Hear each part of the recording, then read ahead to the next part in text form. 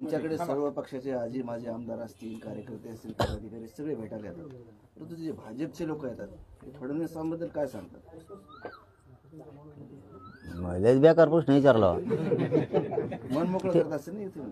नाही, मन मोकळं नाही. की आमचं म्हणणं आहे की सरकारला एक संधी असली पाहिजे. समाजाच्या डोक्यावर खापर फोडतील यापेक्षा आम्हाला राजकारण नाही जायचं. तुम्ही तुमच्या नेत्याला जाऊन सांगा की मराठ्यांचं ओबीसीतला हक्काचं आरक्षण द्या. जर मराठी राजकारणात उतारले किंवा आम्हाला जर राजकारणात ढकलायचा प्रयत्न केला तर तुमच्या आयुष्यातला सगळ्यात मोठा पश्चाताप तुम्हाला ते वाचणार आहे. कारण तुम्ही कोणाला हलक्यात घ्यायचं कामं बंद करा. आता तुम्ही स्वतः हुशार समजता, पण जनता काही एवढी मूर्ख नाही आहे. जनतेला तुम्ही हलक्यात घेऊ नका. आमचं आरक्षण द्या हे भाजपमधल्या सगळ्या मराठ्यांच्या आमदारांना त्यांच्या नेत्याला समजून सांगावं आणि आमचं आरक्षण द्यावं एवढंच म्हणणं आहे आमचं. आम्हाला राजकारणात नाही जायचं. तुम्ही नाही दिलं आमचा नाविलाज आहे. आम्हाला पर्यायच नाही. दुसरा काय पर्याय? तुमच्या मागं काय आंदोलन करीत बसावं, हमेशा पळत बसावं? देणारच त्या जनतेला बनावं लागणार आहे. सगळ्यांचे प्रश्न सुटतात मग ऑटोमॅटिक. आम्ही सोडवतो सगळ्या जातीचे. आरक्षणाच्या मुद्द्यावरून बांगलादेशच्या पंतप्रधानांनी देश सोडला. आरक्षण हा मुद्दा किती महत्वाचा असतो? ज्याला याच्या झळा पोहोचल्यात त्याला माहीत असतं आरक्षण म्हणजे काय. ज्याचं पोरग 1% हुकतं त्याला माहिती आरक्षणाची किंमत काय. ज्यांनी खूप कष्ट केले रात्रंदिवस आणि स्वप्न बघितले त्या बापानं, उसं तोडलेत, हमाल्या केल्यात, शेतात कष्ट केलेत, शेतं विकलेत, काहींनी व्याजानं पैसे काढून पोरं शिकवलेत, त्यांना माहिती आहे आरक्षणाची काय किंमत. जे मराठ्यांच्या जीवावरती किंवा जनतेच्या जीवावरती मोठे झालेत, जे वैभव मराठ्यांमुळे त्यांना मिळाले, जे आयुष्य आराम त्यांना येशीत बसायला मिळालं ते मराठ्यांमुळे मिळालं, त्यांना आरक्षणाची किंमत नाही कळणार. आरक्षण ते देऊ नका म्हणणार किंवा घेऊ नका म्हणणार, त्यांना गोरगरिबाच्या वेदना नाही कळणार आरक्षणाची. त्याच्यासाठी गोरगरिबाच्या मनात हात घालायला लागतो. त्यांच्या काळजाला एकदा विचारायला लागतं गोरगरिबाच्या. त्यांचे प्रश्न त्यांच्या वेदना जाणून घ्यायला लागतात आणि त्या प्रत्यक्ष त्यांच्या उंबऱ्याच्या आत जाऊन बघायला लागतो. त्यांच्या घरात किती काळोख आहे, किती वेदना आहेत, किती आक्रोश आहेत, त्यालाच कळतं. शेतकऱ्यांच्या वेदना काय, आरक्षणाच्या विद्यार्थ्यांच्या वेदना काय, याशी येशीत बसणाऱ्या मराठ्यांच्या जीवावर मोठ्या झालेल्या लोकांना वेदना कळणार नाहीत. आरक्षणाचा मुद्दा जरी त्या बांगलादेशमध्ये काय झालं असलं तर महाराष्ट्रात नाही होणार तसं. पण एक मात्र समजून घेतलं पाहिजे की किती भयानक आक्रोश असतो आरक्षणाचा. एवढी जर समज त्यांना असली आणि त्यातून जर धडा त्यांनी घेतला तर चांगली गोष्ट होईल. की जर तिथं आरक्षणासाठी असं होऊ शकतं तर आरक्षण विषय हा साधा सोपा नाही आहे. खूप लोकांच्या भयानक वेदना आहेत, खूप आक्रोश आहे आणि हे त्यांनी याच्यातून जरी समजून घेतलं त्याच्यातून तरी बरं होईल. पण महाराष्ट्रात तसं काय होणार नाही, कारण महाराष्ट्र आमचा आहे, हे नेत्याचा नाही आहे. हे सगळ्या जाती धर्माचा महाराष्ट्र आहे. इथं सगळी शांतता राहणार आहे. इथं कायदा सुव्यवस्था बिघडणार नाही आहे. त्यांना बिघडायची इच्छा आहे. मिशनं राबवून, अभियानं राबवून, काही जण मराठवाड्यात येणार आहेत, काय येतो तिकडे हिंडायचं तर इकडे येतोय काय आला, असे बरेच जण आहेत की यांना दंगली घडवायच्यात पण मराठी होऊ देत नाहीत दंगली. शेवटी पुन्हा एकदा फडणवीस साहेबाचं दंगली होण्याचं स्वप्न बांगणार आहे, 100% बांगणार आहे. धन्यवाद. तुमच्याकडे सर्व पक्षाचे आजी माजी आमदार असतील, कार्यकर्ते असतील, पदाधिकारी सगळे भेटायला येतात, परंतु जे भाजपचे लोक येतात ते फडणवीसांबद्दल काय सांगतात? लयच बेकार प्रश्न विचारला. मन मोकळं करत असेल ना इथून. नाही, मन मोकळं नाही. की आमचं म्हणणं आहे की सरकारला एक संधी असली पाहिजे. समाजाच्या डोक्यावर खापर फोडतील यापेक्षा आम्हाला राजकारण नाही जायचं. तुम्ही तुमच्या नेत्याला जाऊन सांगा की मराठ्यांचं ओबीसीतला हक्काचं आरक्षण द्या. जर मराठी राजकारणात उतारले किंवा आम्हाला जर राजकारणात ढकलायचा प्रयत्न केला तर तुमच्या आयुष्यातला सगळ्यात मोठा पश्चाताप तुम्हाला ते वाचणार आहे. कारण तुम्ही कोणाला हलक्यात घ्यायचं कामं बंद करा. आता तुम्ही स्वतः हुशार समजता, पण जनता काही एवढी मूर्ख नाही आहे. जनतेला तुम्ही हलक्यात घेऊ नका.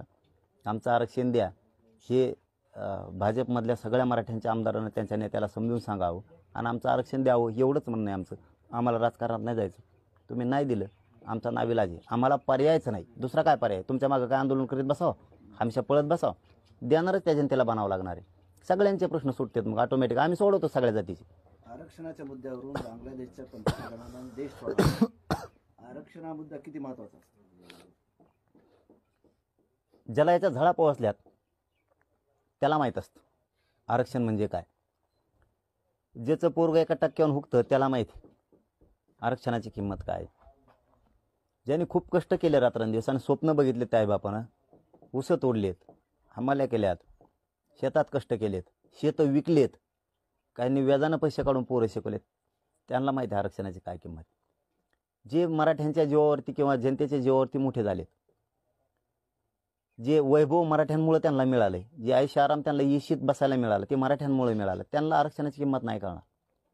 आरक्षण ते देऊ नका म्हणणार किंवा घेऊ नका म्हणणार, त्यांना गोरगरिबाच्या वेदना नाही कळणार आरक्षणाची. त्याच्यासाठी गोरगरिबाच्या मनात हात घालायला लागतो, त्यांच्या काळजाला एकदा विचारायला लागतं गोरगरिबाच्या, त्यांचे प्रश्न त्यांच्या वेदना जाणून घ्यायला लागतात आणि त्या प्रत्यक्ष त्यांच्या उंबऱ्याच्या आत जाऊन बघायला लागतो, त्यांच्या घरात किती काळोख आहे, किती वेदना आहेत, किती आक्रोश आहेत, त्यालाच कळतं शेतकऱ्यांच्या वेदना काय, आरक्षणाच्या विद्यार्थ्यांच्या वेदना काय. हे असे येशीत बसणाऱ्या मराठ्यांच्या जीवावर मोठ्या झालेल्या लोकांना वेदना कळणार नाहीत. आरक्षणाचा मुद्दा जरी त्या बांगलादेशमध्ये काय झालं असलं तर महाराष्ट्रात नाही होणार तसं. पण एक मात्र समजून घेतलं पाहिजे की किती भयानक आक्रोश असतो आरक्षणाचा. एवढी जर समज त्यांना असली आणि त्यातून जर धडा त्यांनी घेतला तर चांगली गोष्ट होईल. की जर तिथं आरक्षणासाठी असं होऊ शकतं तर आरक्षण विषय हा साधा सोपा नाही आहे. खूप लोकांच्या भयानक वेदना आहेत, खूप आक्रोश आहे आणि हे त्यांनी याच्यातून जरी समजून घेतलं त्याच्यातून तरी बरं होईल. पण महाराष्ट्रात तसं काय होणार नाही, कारण महाराष्ट्र आमचा आहे, हे नेत्याचा नाही आहे. हे सगळ्या जाती धर्माचा महाराष्ट्र आहे. इथं सगळी शांतता राहणार आहे, इथं कायदा सुव्यवस्था बिघडणार नाही आहे. त्यांना बिघडायची इच्छा आहे, मिशनं राबवून, अभियानं राबवून. काही जण मराठवाड्यात येणार आहेत, काय आले येतो तिकडे हिंडायचं तर इकडे येतोय काय आला, असे बरेच जण आहेत की यांना दंगली घडवायच्यात, पण मराठी होऊ देत नाहीत दंगली. शेवटी पुन्हा एकदा फडणवीस साहेबाचं दंगली होण्याचं स्वप्न बांगणार आहे, 100% बांगणार आहे. धन्यवाद. तुमच्याकडे सर्व पक्षाचे आजी माजी आमदार असतील, कार्यकर्ते असतील, पदाधिकारी सगळे भेटायला येतात, परंतु जे भाजपचे लोक येतात ते फडणवीसांबद्दल काय सांगतात? लयच बेकार प्रश्न विचारला. मन मोकळं करत असेल ना इथे? नाही, मनमोकळं नाही. की आमचं म्हणणं आहे की सरकारला एक संधी असली पाहिजे. समाजाच्या डोक्यावर खापर फोडतील यापेक्षा आम्हाला राजकारण नाही जायचं. तुम्ही तुमच्या नेत्याला जाऊन सांगा की मराठ्यांचं ओबीसीतला हक्काचं आरक्षण द्या. जर मराठी राजकारणात उतारले किंवा आम्हाला जर राजकारणात ढकलायचा प्रयत्न केला तर तुमच्या आयुष्यातला सगळ्यात मोठा पश्चाताप तुम्हाला ते वाचणार आहे. कारण तुम्ही कोणाला हलक्यात घ्यायचं कामं बंद करा. आता तुम्ही स्वतः हुशार समजता, पण जनता काही एवढी मूर्ख नाही आहे. जनतेला तुम्ही हलक्यात घेऊ नका. आमचं आरक्षण द्या हे भाजपमधल्या सगळ्या मराठ्यांच्या आमदारांना त्यांच्या नेत्याला समजून सांगावं आणि आमचं आरक्षण द्यावं, एवढंच म्हणणं आहे आमचं. आम्हाला राजकारणात नाही जायचं. तुम्ही नाही दिलं, आमचा नाविलाज आहे. आम्हाला पर्यायच नाही. दुसरा काय पर्याय? तुमच्या मागं काय आंदोलन करीत बसावं, हमेशा पळत बसावं? देणारच त्या जनतेला बनावं लागणार आहे. सगळ्यांचे प्रश्न सुटतात मग ऑटोमॅटिक. आम्ही सोडवतो सगळ्या जातीचे. आरक्षणाच्या मुद्द्यावरून बांगलादेशच्या पंतप्रधानांनी देश सोडला. आरक्षण हा मुद्दा किती महत्वाचा असतो? ज्याला याच्या झळा पोहोचल्यात त्याला माहीत असतं आरक्षण म्हणजे काय. ज्याचं पोरगं 1% हुकतं त्याला माहिती आरक्षणाची किंमत काय.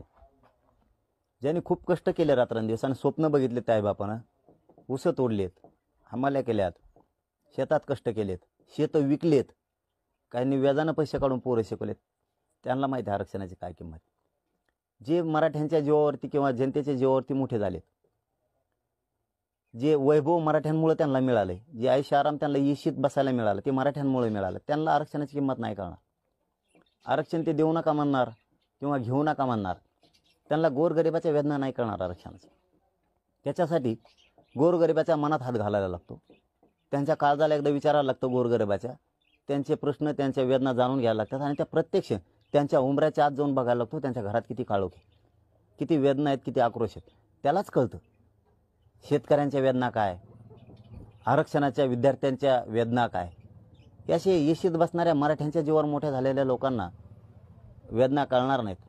आरक्षणाचा मुद्दा जरी त्या बांगलादेशमध्ये काय झालं असलं तर महाराष्ट्रात नाही होणार तसं. पण एक मात्र समजून घेतलं पाहिजे की किती भयानक आक्रोश असतो आरक्षणाचा. एवढी जर समज त्यांना असली आणि त्यातून जर धडा त्यांनी घेतला तर चांगली गोष्ट होईल. की जर तिथं आरक्षणासाठी असं होऊ शकतं तर आरक्षण विषय हा साधा सोपा नाही आहे. खूप लोकांच्या भयानक वेदना आहेत, खूप आक्रोश आहे आणि हे त्यांनी याच्यातून जरी समजून घेतलं त्याच्यातून तरी बरं होईल. पण महाराष्ट्रात तसं काय होणार नाही, कारण महाराष्ट्र आमचा आहे, हे नेत्याचा नाही आहे. हे सगळ्या जाती धर्माचा महाराष्ट्र आहे. इथं सगळी शांतता राहणार आहे. इथं कायदा सुव्यवस्था बिघडणार नाही. त्यांना बिघडायची इच्छा आहे. मिशनं राबवून, अभियानं राबवून. काही जण मराठवाड्यात येणार आहेत, काय येतो तिकडे हिंडायचं तर इकडे येतोय काय आला. असे बरेच जण आहेत की यांना दंगली घडवायच्यात, पण मराठी होऊ देत नाहीत दंगली. शेवटी पुन्हा एकदा फडणवीस साहेबाचं दंगली होण्याचं स्वप्न बांगणार आहे, 100% बांगणार आहे. धन्यवाद.